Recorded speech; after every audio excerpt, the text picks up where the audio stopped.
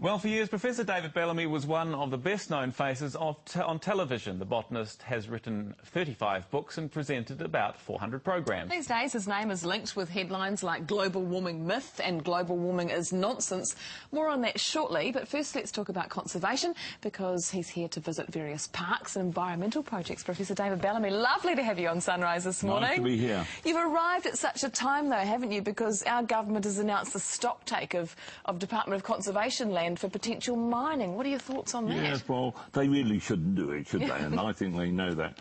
But I was up on Eden Mountain yesterday working with the local people who are knitting their bit, and very special bit, of New Zealand back into working order. I'm here because 25 years ago I worked with the local Marae, local people, and we stopped the felling of the most amazing, Virinaki forest. You must be very proud of that achievement, yeah. But wherever I go, I see people are doing the right thing now. And in New Zealand, there are 4,500 projects. Local people, saying, come on, we've lost so much, so we'll put it back.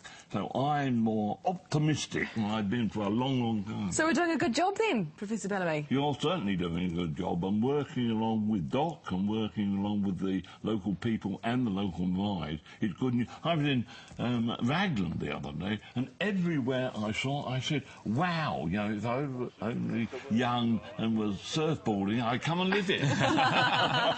Now, you've been visiting New Zealand for many, many years, and you're known throughout the world for your work, but of late you've caused controversy and become, I suppose, something of a pariah as a result of your views on climate change. Which you've called a poppycock. What is your view? Do you believe man-made climate change is happening? Absolutely not. And why do you, what backs up your belief on that? Because there is no actual proof. There are a whole series of computer models, and you can fiddle computer models to say what you like. If you actually look at the fact that for the last 10 years, man-made global warming, if it was working, has stopped because the temperatures have gone down.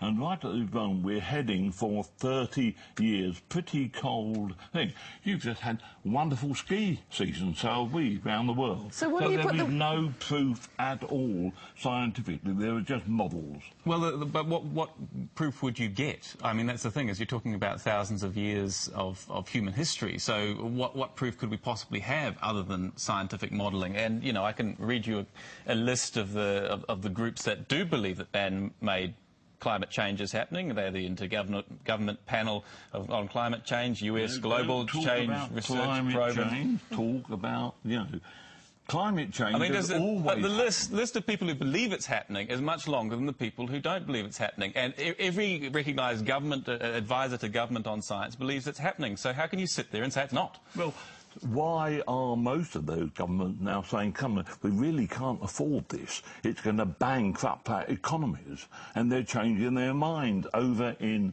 Australia, right or Merkel in Germany has said, if we lose those things, and if... But that's a different issue, isn't it? No, it's not an issue. It's a different issue between whether it's happening and whether we can afford the remedies. I mean, a lot of people will say scientifically climate change is happening, but we don't actually agree with the Kyoto process, which involves counting trees and those sorts of strange equations. We don't believe in that side of it, but, I mean, there's a difference between affording it and whether it's happening or not. Let me go back to Pommyland. We've been told all the time that we're all going to die because of global warming and there's nothing we can do about it.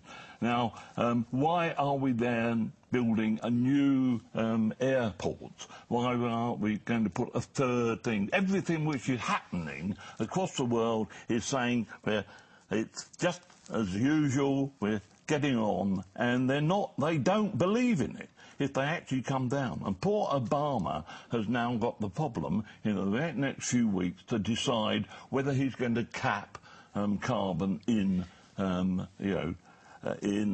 Yeah, and he's not going to. That's going to show the way for much of the Western world. What about, you actually say that the current warming of the planet that we are experiencing is going to be good for this planet? Why do you say Well, that? well, we could grow more food in Siberia. We could And grow more wine. Well, yeah, certainly. Apparently. And, of course, if you go back 2,000 years ago in Britain, we were growing good Merlot in the borders of Scotland. And that was 3 degrees to 5 degrees warmer than it is now. And then we had the little ice age and everyone, and we fought each other. It is climate change, and there is absolutely nothing. We're talking about 0.7 degrees Celsius rise. I go out this thing, a cloud comes over, and it changes that much. It is a total poppycock. What if you're wrong? Well, if I'm wrong, I expect they'll put me in prison. No, I I've should been there imagine that you before. will. No, but have you experienced, I suppose, vitriol and hatred for expressing your beliefs? I'm a Holocaust denier, and I should be sent off and tried for crimes against humanity. And I would say that exactly the other side, the people who won't allow both sides to be... Why won't Al Gore stand up and have a head-to-head with some of the people? He won't. And he's a multi-billionaire, and he's boasting about, I'm a multi-billionaire and I'm carbon neutral. How can anyone be carbon neutral? He flies around things, he flouts the truth right in the... And if you look at his famous DVD, there are 25 very, very dodgy statements politically, and that is banned in Britain, and no school can be shown it unless the other side is actually given in the argument. Did you know that? No, I didn't, I must say, I didn't know. But thank you very much for your time, Professor David Bellamy, visitor to our country, and... Climate change denier. Lovely to see you on Sunrise this morning. Thanks very much for joining us.